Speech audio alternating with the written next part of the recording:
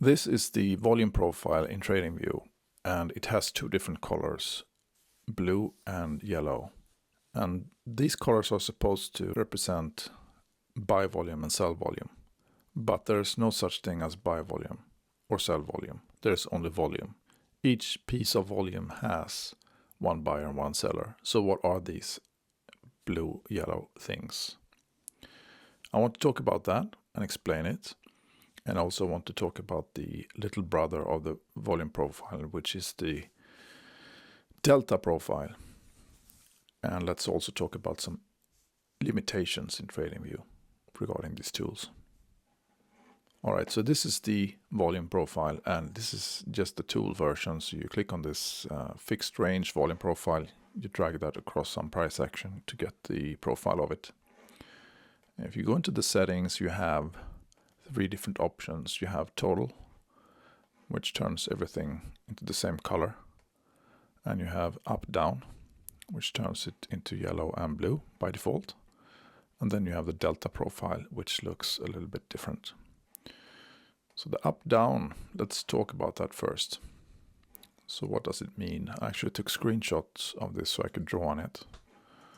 So the yellow portion is supposed to be the sell volume. And what it actually is that TradingView looks on a sub time frame, and it takes all the bars that close down on this lower time frame in this price range and assign it to this bucket, and it becomes yellow sell volume. And if you have sub time frame bars that closed up, bullish bars, it gets assigned to the blue portion of this price range. So that is what the up and down volume is.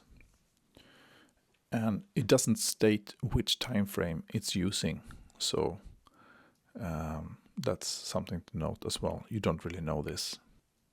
And if you look at delta, one thing to be aware of with delta is that TradingView does not actually have delta.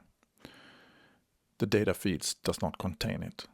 So you would have to use professional platforms and professional data feeds to get that. And TradingView does not offer it. Not even if you buy tick data, it has delta information.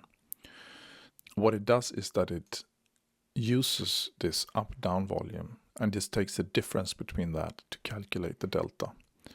And it shows the delta here. So this is the difference between the blue and the yellow. So that would be the delta profile. And interestingly, the volume point of control is still shown as the POC, even though we have switched this profile to delta. If there is such a thing as a delta point of control, it would be here. You can see that this bar or this bucket has more delta than the volume point of control. So why is this important? It's important because this is where the aggressive traders were the most aggressive, the buyers.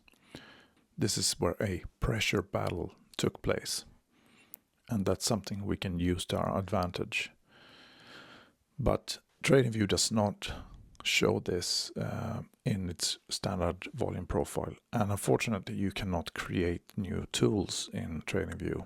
You can only create indicators. But I've implemented a delta profile with a delta point of control into my insights indicator. So if you're interested in that, or interested in taking advantage of trading this type of information, then you can check out my Smart Pressure Theory course, which is completely free, and the indicators are free as well. But that's food for another video, so see you later in that one, perhaps.